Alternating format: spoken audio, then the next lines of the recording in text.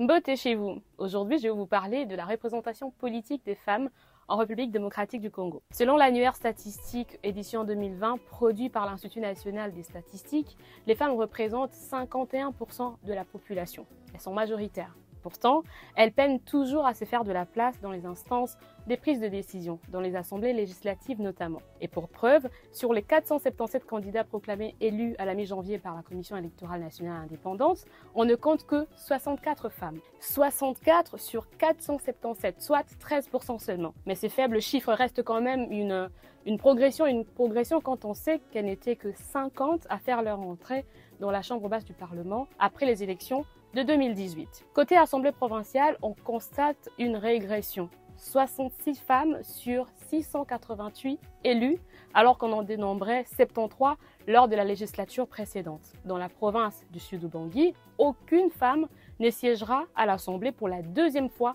consécutive. Pourtant, l'une des réformes de la loi électorale prévoit la suppression des frais d'inscription pour les partis et regroupements politiques ayant aligné 50% des femmes candidates. Malgré ça, les listes électorales n'ont pas été équilibrées côté genre. Vous vous souvenez, il n'y avait que 2 femmes sur les 26 candidats en lice pour la présidentielle de 2023, Marie-Josée Ifoku et Joël Billet.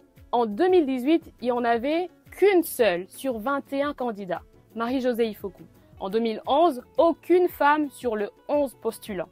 En 2006, 4 femmes sur 33 candidats, Catherine Zuziwambombo, Justine Poyo Kasavubu, Marie-Thérèse Landum Polo et Wivine Landou Kavidi. Qu'en sera-t-il du prochain gouvernement que formera le président Félix Tshisekedi? Wait and see. Pour rappel, le gouvernement sortant, celui de Sama Lukonde, comptait 57 membres, parmi lesquels 16 femmes seulement. Mais quelles sont les raisons de la sous-représentation politique des femmes en RDC? Certains mouvements de défense des droits des femmes dénoncent la masculinité hégémonique qui, selon eux, ne permet pas aux femmes d'accéder au quota de 30% minimum de leur représentation alors que la loi le leur accorde. Pour d'autres, la faute revient aux formations politiques qui ne recrutent les femmes que pour animer leur ligue des femmes sans jamais leur permettre d'accéder à des postes de décision. Pour d'autres encore, la faute est aux électeurs qui ne font pas confiance aux femmes, qui ne votent pas les femmes.